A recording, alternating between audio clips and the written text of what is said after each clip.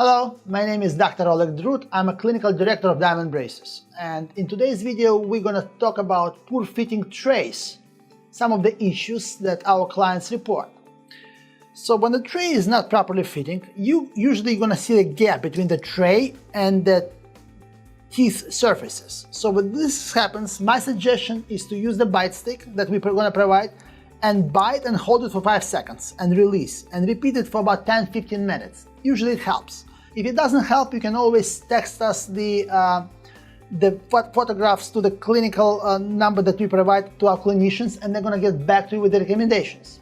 Another issue with the trays, they're not fitting in a back, and you can see something like this when it happens. So they're not staying in a back tooth. When it happens, that's a very simple solution. You remove the trays, and all you have to do is just bend it in.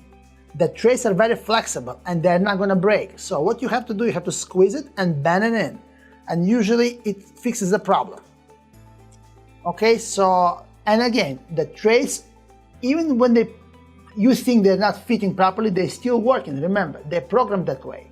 Just my suggestion, before you come for the emergency, so-called emergency, keep a regular appointment or contact us or try to fix it at home, and it will save you the trip to our office. And I hope this video helps. Thank you very much.